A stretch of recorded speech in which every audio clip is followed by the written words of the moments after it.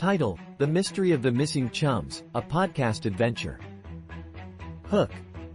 What do you get when you mix a pair of teenage detectives, a mystery that twists and turns like a roller coaster, and an otaku with a penchant for the unconventional? You get an unforgettable episode of Reading with an Otaku.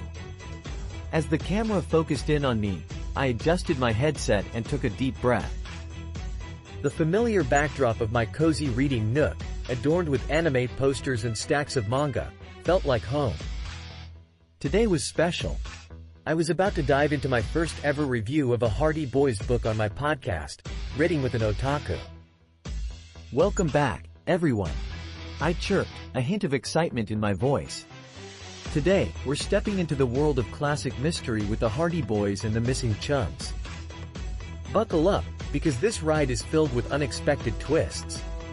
I had always been more of an anime and manga person, my shelves overflowing with colorful volumes of shonen adventures. But there was something about the Hardy Boys that intrigued me. Maybe it was the nostalgia of my childhood, or perhaps it was the thrill of solving mysteries alongside Frank and Joe Hardy. Either way, I was ready to explore this literary treasure. As I flipped through the crisp pages of the book, I couldn't help but notice how dated some of the language felt. Phrases that seemed so innocent and naive in today's context peppered the dialogue.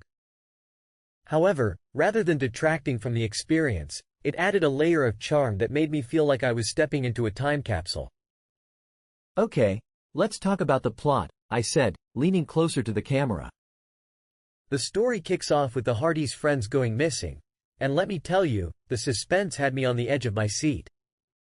I recounted the moments when Frank and Joe followed clues, piecing together the mystery like a puzzle.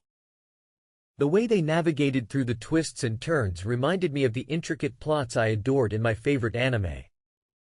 Now, I have to admit, I continued, I was pleasantly surprised by the clever twists woven into the narrative. Just when I thought I had it all figured out, the story would throw me for a loop. It was like a game of cat and mouse, and I was here for it. I shared my favorite twist, where the boys discovered that the missing chums weren't just lost. They were entangled in something much bigger. The thrill of piecing together the clues alongside the Hardys was an exhilarating experience, and I found myself cheering them on, as if I were part of their adventures. While it may not have the same flair as the manga I usually read, I concluded, The Missing Chums has its own unique charm. It's a reminder that sometimes, the classics can still captivate us, even in a world filled with modern storytelling. As I wrapped up the episode, I felt a sense of accomplishment. I had ventured into uncharted territory, and the experience had been rewarding.